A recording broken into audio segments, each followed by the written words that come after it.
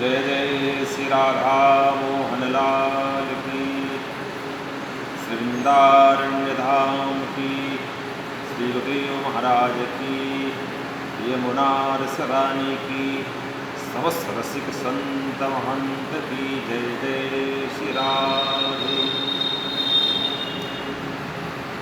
पुष्पांजलि श्री कृष्ण के एक एक सदस्यों के लिए बहुत बहुत शुभकामना मंगल कामना करती हुई आज पुनः एक ऐसी बात जो हमारे आपके काम की है उस पर चर्चा करेंगे।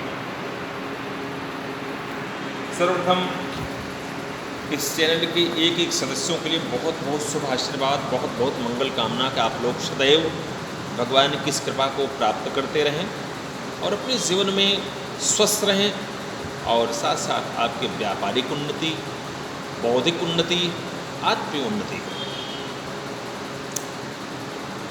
प्रिय मित्रों, आइए आज एक ऐसी कथा की चर्चा करते हैं जो ब्रज की वीथियों में गाया जाता है और ऐसा कहते हैं इस कथा को सुनने मात्र से अगर जीवात्मा इसको चित्तवृत्तियों में ले जाए तो 84 लाख योनि का चक्कर छूट जाता है। इतना अद्भुत है। आइए घटनाक्रम की तरफ चलते हैं, लेकिन मेरा निवेदन आपसे बार बार यही रहा है इस कथानक को सुन करके आप ज़्यादा से ज़्यादा लोगों को सुनाने का, बताने का प्रयास करें। और वो होगा कैसे? चैनल को सब्सक्राइब करें और ज़्यादा आप चाहते हैं तो शेयर कर सकते हैं और बेल आइकन की घंटी ज़रूर बजाएं। आपको कथानक अच्छा लगे तो ठाकुर के लिए, मेरे लिए नहीं, भगवान श्री कृष्ण की प्रसन्नता के लिए इसको आप लाइक कर दें, जय श्री कृष्ण लिखते हैं, बस हो जाएगा। तो आइए चलते हैं कथा की तरफ। माता यशोदा भगवान श्री कृष्ण की बाल चपल लीलाओं में बार बार उनकी उलाहना को सुनते सुनते उब गई।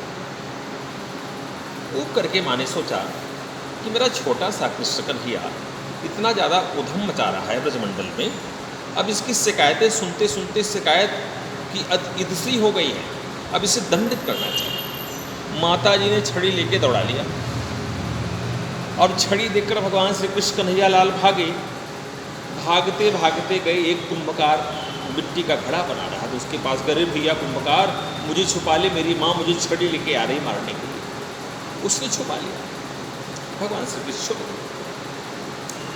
छुप जाने के बाद माता जी आई, पूछे क्यों रे कुंभकार, तूने इस मेरे लाला को देखा है? कहा नहीं नहीं माता जी, यहाँ कोई लाला नहीं आया। माता जी चली गई। कुंभकार से कहा भैया मुझे निकाल। कहा पहले मेरी एक बात मानो। कहा क्या? कहा मुझे 84 लाख योनि से मुक्त करने का वचन दो आप, तो मैं आपको निकालूंगा। भगवान ने कहा वचन दिया। कहा अब निकाल? कहा नहीं महाराज अकेले नहीं। कहा फिर? कहा मेरे परिवार वालों को भी। भगवान ने कहा चल दिया। अब निकाल? कहा नहीं नहीं महाराज, अभी जिन बैलों को द्वारा मैं इस मिट्टी को लाता हूँ, बैल बेचारे इतने दिन से, इतने युगों से, पता नहीं कितने लोग हमारे यहाँ बैल बन करके ढो रहे इस मिट्टी को, उनको भी। भगवान ने कहा चल इससे भी दिया। फिर कुंभकार महाराज एक बात और, एक विनती और करना चाहता। कहा बोलो।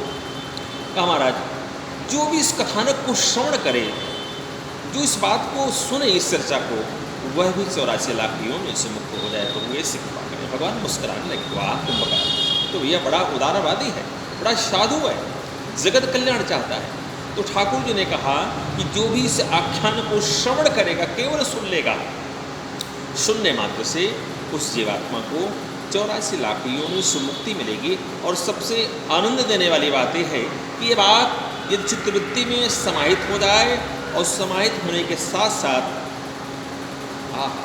जब यहाँ से हम प्रयाण करते हैं, जब यहाँ से हम जाते हैं, उस समय ये बात याद आ जाए कि ठाकुर ने वचन दिया है कि मैंने इस कथा को श्रवण किया है, जो भी इस भगवान की कथा को श्रवण किया है वह 84 लाख योनियों से मुक्त हो जाता है।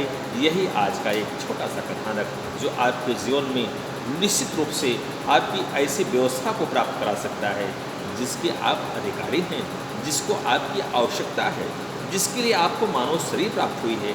इसी शुभकामना के साथ भगवान श्री कृष्ण राधा मोहन लाल आपके परिवार पे, आपके व्यापार पे, आपके आत्म तत्व पर सदैव कृपा बरसाते रहें, यही मेरी शुभकामना है।